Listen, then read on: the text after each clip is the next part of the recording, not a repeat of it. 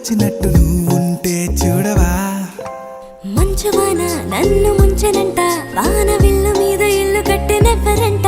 ఈ లోకమంతా నిన్ను చూసినంట ఏ దిష్టి నిన్ను తాకకుండా ఇంటిలోనే దాచుకుంటా రంగు రంగు